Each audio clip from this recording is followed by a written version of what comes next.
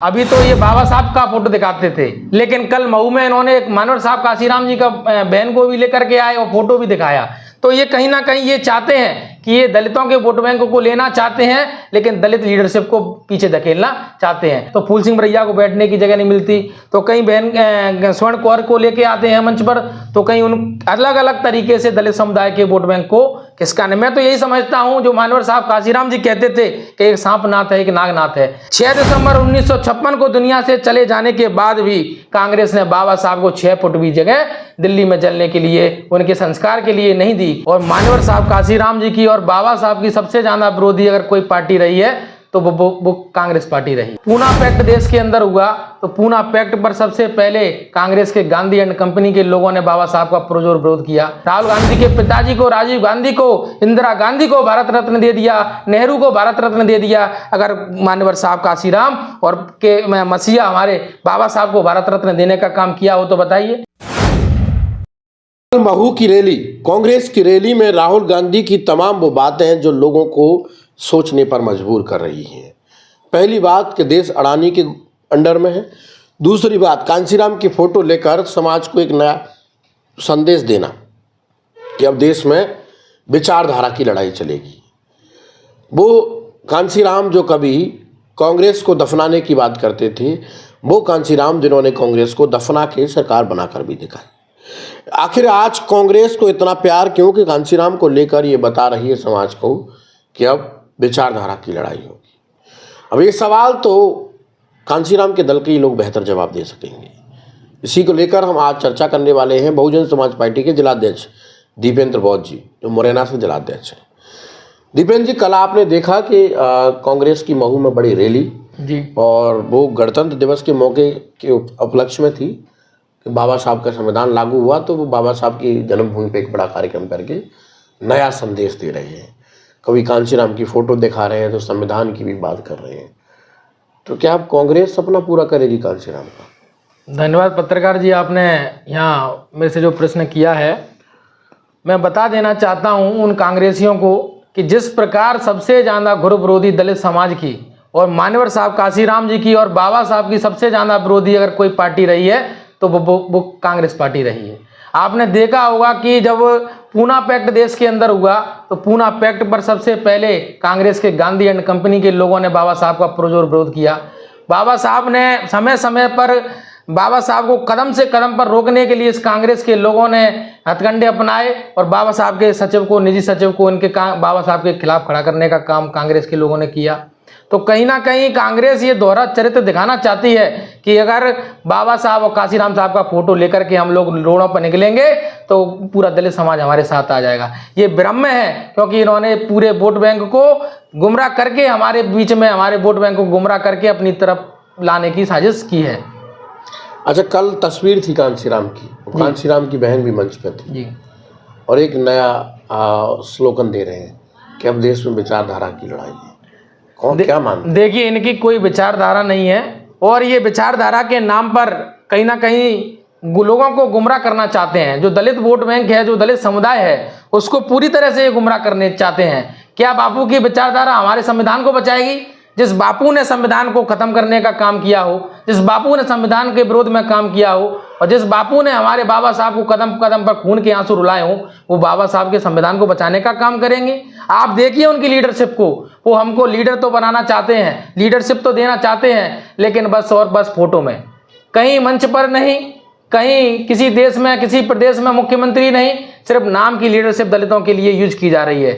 अगर उस लीडरशिप को अगर सही मायने में अगर आप लोग देना चाहते हैं तो मैं आपको कहना चाहता हूं, इस देश के अंदर एकमात्र दलितों की लीडर आदरणीय बहन कुमारी मायावती जी है। आप अगर सही देश में अगर भारतीय जनता पार्टी को रोकना चाहते हैं तो आप बनाइए प्रधानमंत्री का चेहरा आदरणीय बहन जी को, पूरे देश के दलित समुदाय हमारे साथ चलेगा। ये लोग टोटली दलित समाज के साथ छलावा करना जानते हैं, गुमराह करना जानते हैं, क्योंकि बाबा साहब ने जिस प्रकार से इन्होंने किताब लेकर के पूरे देश में घूमे और किताब के माध्यम से उनको पता है कि केवल किताब दिखाने से हमको जब वोट बैंक दलितों का मिल सकता है, तो हमको क्या जरूरत है इनके नेताओं को ऊपर मंच पर बैठाने की? क्या जरूरत है इनके नेताओं को ऊपर लाने की?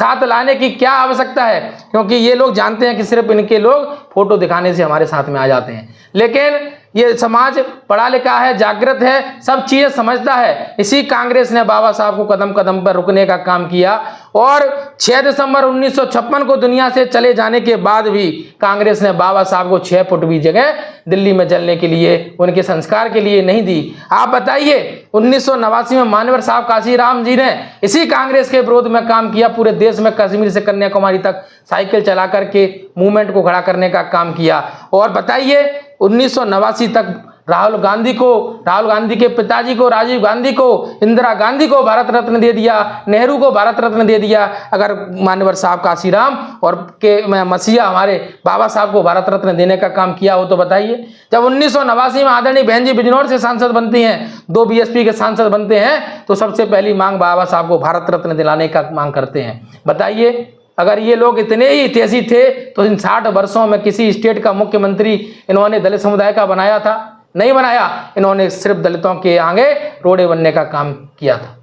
तो आज संविधान दिखा रहे हैं, फोटो दिखा रहे हैं कांशीराम की, बाबा साहब ये की बात संविधान दिखाना और ये फोटो दिखाना, अभी तो ये बाबा साहब का फोटो दिखाते थे, लेकिन कल मऊ में इन्होंने एक मान्यवर साहब काशीराम जी का बहन को भी लेकर के आए और फोटो भी दिखाया।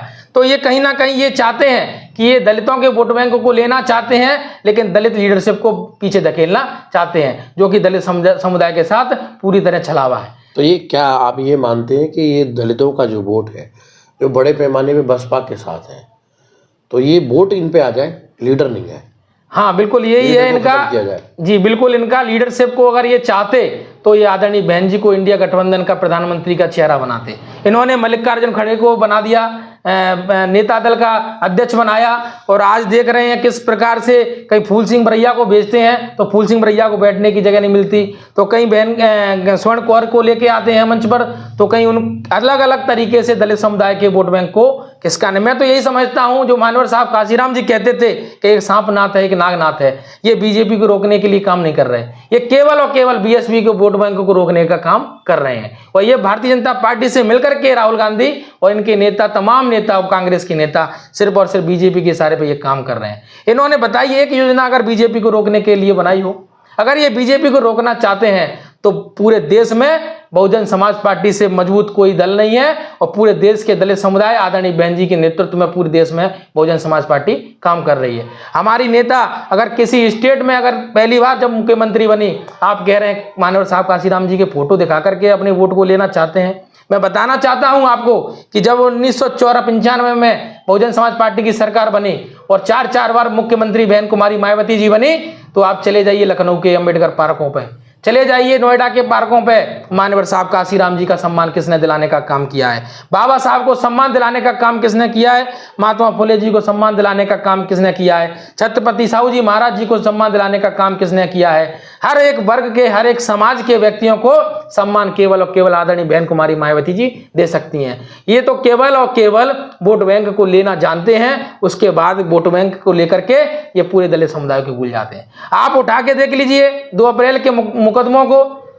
18 महीने की कांग्रेस की सरकार बनी और उन्होंने कहा था मंच लगा के यहाँ मुरैना के अंदर मुख्यमंत्री ने कि हम 2 अप्रैल के केस वापस लेंगे, लेकिन क्या मुरैना के अंदर, क्या मध्य प्रदेश के अंदर 18 महीने की बनी सरकार में केस वापस किए कांग्रेस ने? नहीं किए। चलो ठीक है, इनके चमचे और इनके लोग कहते हैं कि भाई 18 महीने की सरकार चली, लेकिन राजस्थान में 5 साल इनकी सरकार रही, गहलोत सरकार 5 साल चली, वहां भी इन्होंने दलितों के ऊपर कोई अन्य अत्याचार नहीं रोक पाए, 2 अप्रैल के केस वापस नहीं ले पाए। क्या हम इनको अपना हितैषी मानेंगे? कैसे मान सकता है ये बहुजन समाज इनको अपना हितैषी? इनका अगर कोई हितैषी सही माने में है तो आदरणीय बहन कुमारी मायावती जी राष्ट्रीय अध्यक्ष बसपा हैं। अच्छा, क्या लगता है अब इस तरह इन्होंने संविधान को दिखाकर लोकसभा में तो वोट ले लिया, लेकिन क्या आने वाले समय में दलित समाज का वोट ले पाएंगे? एक बड़ी बात यह है कि दूसरा, चुनाव के समय में बड़े पैमाने पे कुछ दलित समाज के ही लोग, पढ़े लिखे लोग, ये प्रचार करते हैं कि कांग्रेस ही रोकेगी भाजपा को, कांग्रेस ही रोकेगी भाजपा को, और समाज गुमराह हो जाता है। तो ऐसा क्यों, ऐसी नौबत क्यों आती है कि लोग गुमराह हो जाते हैं और वोट अपना छिटक जाता है? देखिए पत्रकार जी, ये जो समाज है ये कहीं ना कहीं चाहता है कि इस देश में अन्याय अत्याचार रुकना चाहिए, लेकिन जब अन्याय अत्याचार चरम सीमा से ऊपर बढ़कर के हो जाता है तो कहीं ना कहीं ये सोचता है कि दूसरे दल की तरफ जाएं। ये समाज जो फुटबॉल बन रहा है, कभी भाजपा कभी कांग्रेस, कभी भाजपा कभी कांग्रेस, 15 साल भाजपा से परेशान थे तो पूरा प्रदेश में कांग्रेस की तरफ पलायन हुआ वोट बैंक का। लेकिन जब कांग्रेस 18 महीने मध्य प्रदेश में सरकार बनाई, राजस्थान में 5 साल सरकार चली, घोड़ी पर चढ़ने पर हमारे एक दूल्हे को रोक दिया जाता है, मेघवाल बच्चे को घड़े से पानी पीने पर कांग्रेस सरकार में मार दिया जाता है, मूंछ रखने पर एक बालक को मार दिया जाता है, तो ये कहीं ना कहीं सिर्फ और सिर्फ वोट की राजनीति की ये लोग करना जानते हैं। हमारे लोग सिर्फ ये चाहते हैं अन्याय अत्याचार रुके, और इसके सहारे में कहीं कांग्रेस को कभी बीजेपी को अपना वोट ट्रांसफर कर देती है। लेकिन ये लोग दोनों ही अंदरूनी मिले हुए हैं, दोनों ही दल, और दोनों ही ये चाहते हैं कि 15 साल हम सत्ता में रहें, 10 साल हम सत्ता में रहें, और ये बहुजन समाज कभी सत्ता में नहीं आ पाए। ये इनकी पॉलिसी है, ये इनकी नीति है, ये गंदी सोच है। और ये जब बहुजन समाज जब रिप्रेजेंट पूरे देश में अपने सत्ता में हासिल करेगा तो किसी के साथ अन्य अत्याचार नहीं होगा, सबके साथ समान व्यवहार, समान भाईचारा बनेगा, और किसी के साथ भी कोई अन्य अत्याचार नहीं होगा। ये मैं कहना चाहता हूं। अंतिम सवाल, कल राहुल गांधी जी के भाषण में एक बात सुनने को आई कि उन्होंने कहा अब देश में विचारधारा की लड़ाई है। कौन सी विचारधारा की लड़ाई है? देखिए, ये विचारधारा नहीं, ये मनुवादी लोग हैं, और इन्होंने परम पूज्य बाबा साहब हों, चाहे मानवर काशीराम साहब हों, चाहे आदरणीय बहन जी हों, ये हमेशा से ही अम्बेडकरवाद के खिलाफ वाली विचारधारा इनकी रही है। और ये बापू वाली विचारधारा, ये कहीं ना कहीं ये दोनों ही विचारधारा भारतीय जनता पार्टी और कांग्रेस दोनों ही मिलजुल करके अम्बेडकरवादी विचारधारा को रोकने का काम कर रही है। अगर सही मायने में मैं बार बार यही प्रश्न करूंगा, आपसे बताना चाहूँगा कि सही मायने में अगर कांग्रेस अगर हमारी विचारधारा पर काम करती तो 70 वर्षों तक कांग्रेस इस देश के अंदर राज किया। बताइए, किसी यूनिवर्सिटी का नाम बाबा साहब के नाम से बनाया हो, किसी भी कॉलेज, किसी भी अम्बेडकर पार्क को इन्होंने डेवलप किया हो, किसी भी नेता ने ये काम नहीं किया। केवल बहुजन समाज पार्टी के मसीहा आदरणीय बहन जी ने इस काम को करके दिखाया है। तमाम स्टेटों में आप घूमते हैं, तमाम स्टेट में आप जाते हैं, बताइए किसी स्टेट में अगर बाबा साहब को सम्मान देने का काम किया हो? बताइए, मानवर काशीराम साहब को आज देश से जाने के बाद भी भारत रत्न देने का काम किसी सरकार ने किया हो? लेकिन वोट बैंक सब लेना जानते हैं। तो सही मायने में विचारधारा और कांशीराम की आइडियोलॉजी पे चलने वाली पार्टी केवल और केवल बहुजन समाज पार्टी, बीएसपी है। जी।